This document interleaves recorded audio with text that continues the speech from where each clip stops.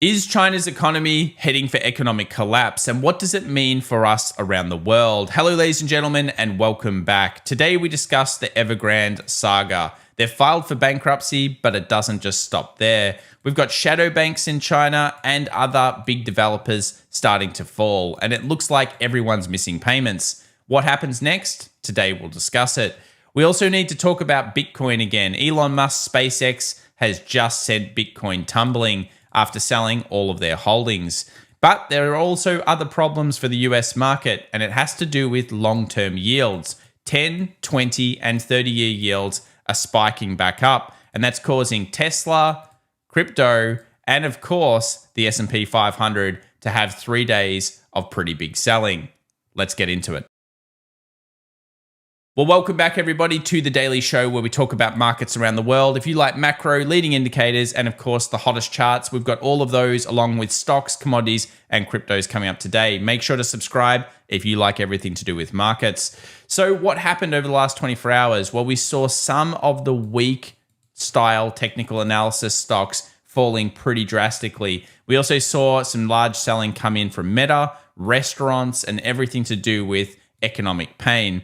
We also need to discuss something else, which of course comes back to China. Here are the latest stats for new home prices or prices in houses in general. They were down a whopping 3% over the last month. And of course, this is the worst we've ever recorded for a very long time. Of course, this data going back to 2011. So what does China need to do? Well, we know that they tend to always have a meeting that happens in October. And we also know that seasonally adjusted, this is usually a weak period of time.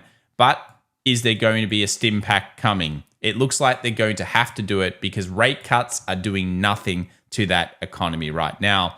But what happens with the stocks and what happens with property may be very different, and we'll discuss that later on today. We also need to talk about this big story. Treasury yields, they keep rising and they're causing pain for stock market investors. It looks like 10, 20, and 30 year are all going up. And this is in line with, of course, what we've talked about recently, which is a dip after such a huge move. Once we move underneath 70 on the BP SPX, which is bullish percent index, we tend to see a relatively good pullback. But how much worse does it get? Well, let's go through what insiders are doing first. We know, according to Bank of America, that institutions and hedge funds have been selling very heavily over the last couple of weeks. But we also know that even though they're selling, August, September, and October are traditionally the weakest months for the US. Basically, we see what we call a double dipping effect. If you're a bull and you like stats, then you've still got to like how the market looks by the end of this year. You also need to think about sentiment as well. We're slowly seeing it tip. We've got a new big report coming in here, and it shows us that bears went back up to 30%. If that leads into 35 or even 40, we probably are very close to the lows in markets. And of course, the bullish percent index was well over 50% plus as of the 19th of July, which just so happened to be the top of the NASDAQ. It's funny how we all FOMO in, and then right on that right thing, they rug pull from us. So we're following the same track as we always do. At this stage, yes, of course, news is now flooding out that's bad pretty much everywhere, and we know that we're facing this point. If we're going to bottom in markets, traditionally we do it around the end of August, but there are trillions of dollars at stake this Friday. So where do we think the market could stop? We'll also look at that as we look at the charts together. So as I mentioned, JP Morgan and other banks are starting to come through with some interesting information about what we're doing as retail traders and what big institutions are doing. So this is a note I posted on it over at our X account or Twitter account. Follow us in the links in the description down below. And it basically says here that JP Morgan over the previous week observed a notable disparity in selling activity across both cash and futures markets. In the realm of cash equities, institutional investors displayed a net selling of $13.3 billion throughout the trading hours, along with $11 billion during the market on close. Now, notice the size of the market on close. I always say the close is the key. That should be the proof that huge amounts of transactions go through that period of time. Concurrently with the futures market, institutional investors demonstrated a net selling of $8.1 billion, primarily driven by significant selling pressure throughout, of course, the S&P 500 contract. So it just shows you that institutions are pushing this down. So speaking of unusual activity and of course what JP Morgan have been telling us, let's have a look at the big transactions of the last 24 hours. And more notably, they were in the SPY, or the S&P 500. We saw clusters of trades going through that were fairly large near the close. We also saw a big dark pool on a 2x fund, SSO, so basically a leverage fund, which tends to be used by these larger traders for very quick moves, happening right down the bottom. So again, at the close. What does this mean for us as traders? Well, we can go over and have a look at the unusual options activity as well, but we also want to watch some of the price action happening on Friday. It could tell us a lot about whether we're going to continue to sell next week or not. Let's move over to this options activity, and we saw some big activity across a couple of smaller pairs. We also saw things like PayPal starting to come back in with some options, 1.14 times average, 4.82 for Triple M, and basically it was just a lot of trades through the S&P 500. For the first time in a while, we got a 1.3 times 90-day average, and of course we saw Qs sitting very high as well. You know what's more interesting though? We still continue to see a huge amount of call buying. 50% calls, 50% puts. Oftentimes, once we had volume like this and we were falling, if you go back as little as 3 or 4 months ago, you would have seen about 65% puts at this point. It does still open us up to showing that retail traders and the general market, mostly probably retail traders based on what JP Morgan was telling us, are buying the dip heavily with short-dated and probably medium-dated calls. And that allows the market to potentially go a little bit lower here moving forward. Let's move through rotation. What happened? We saw energy doing okay over the last 24 hours. It had some rebalancing up with XLE loading 1.2%, and every single thing pretty much to do with growth was down, but also defensives were down. Healthcare, staples, even utilities, they were all barely holding up above. Now let's move over to the 5 days, and it's pretty much the same story. We've got mostly inflation-based trades such as metals and energy. I think a lot of those are also stim-based trades for China in the future. And then we've got healthcare, utilities, and again, most of the staples up the top. Solar, clean energy, regional banks, and even gold are certainly not liking these high yields at this stage. So how much longer until we find the bottom, you might ask? Well, traditionally we use certain things to try to figure out whether we're a little bit oversold or not. The 20 moving average certainly has hit that zone, but not the 50. So we usually look for percentage of stocks above the 50-day moving average to move quite a lot lower. And this is one of the reasons that shows you that a market maybe is overextended. We're not quite there yet. We're trading at about a 36, and we're looking for it to go underneath 30. And you'll notice it's marking quite a lot of previous highs and lows using something like this. But what about yields? US 2-year still remains one of the yields we want to be looking at, but most people are on the long date yields. US 10, US 20. Take a look at the US 20 and 30Y. We'll put the 30Y up here and check out what it's doing. New highs being broken this week. And if we do close like this, we're in the unknown. And you know what markets hate more than anything else? The fear of the unknown. This is always the problem with markets. They tend to like it. They tend to be okay when you're trading with range. Even if the news is bad, they've repriced to become efficient. But when they break out, if things get scary and this starts flying up, you've got to be concerned about buying the dip at this stage. Maybe we're looking for that to kind of recover a little bit. The volatility of the volatility, the VIX might be suppressed, but we can see that volatility is still spiking underneath, and that's continued on up throughout the last 24 hours.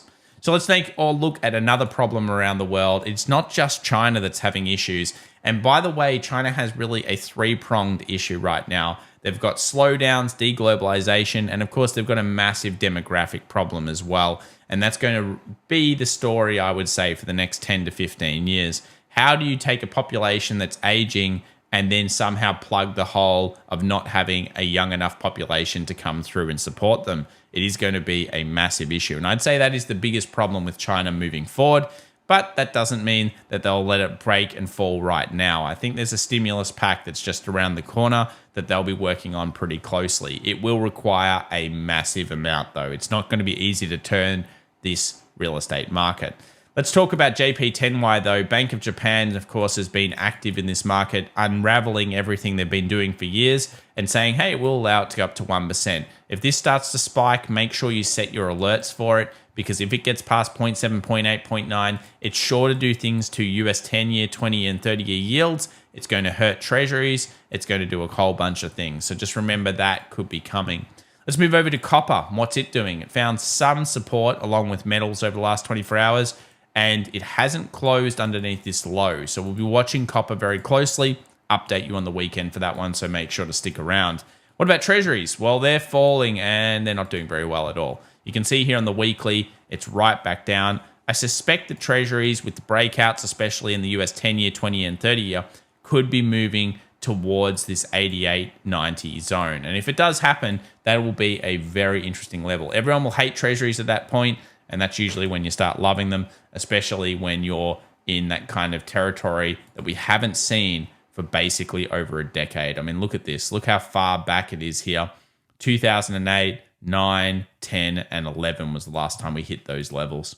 Let's talk about a consumer discretionary versus staples. The thing that's unique about this sell-off is it's not very defensive. It's kind of like all sectors across the board, but consumer discretionary, which is XLY, the American consumer, is not falling at a faster rate.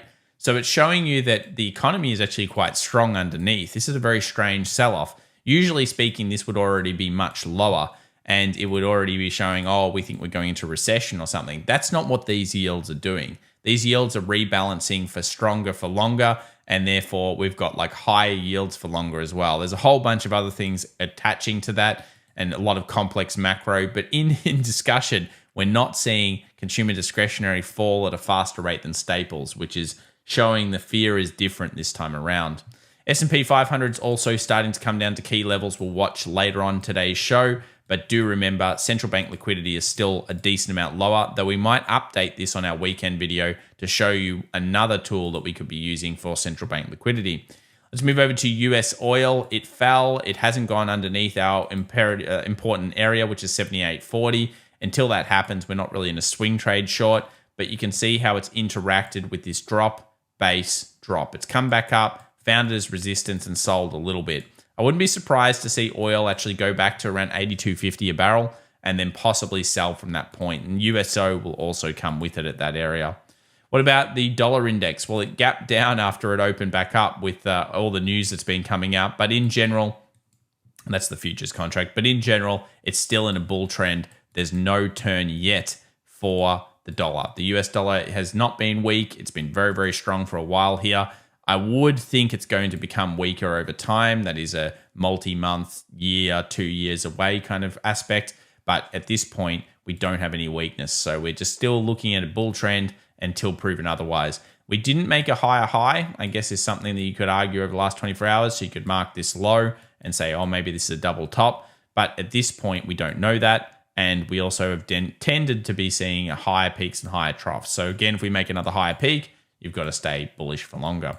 Gold's not liking anything to do with these long-term yields. And of course, GDX and gold broke those new lows, moving towards the next level you would think for now. Unfortunate for gold with the news that's come out, but specifically take a look at this downward descending channel.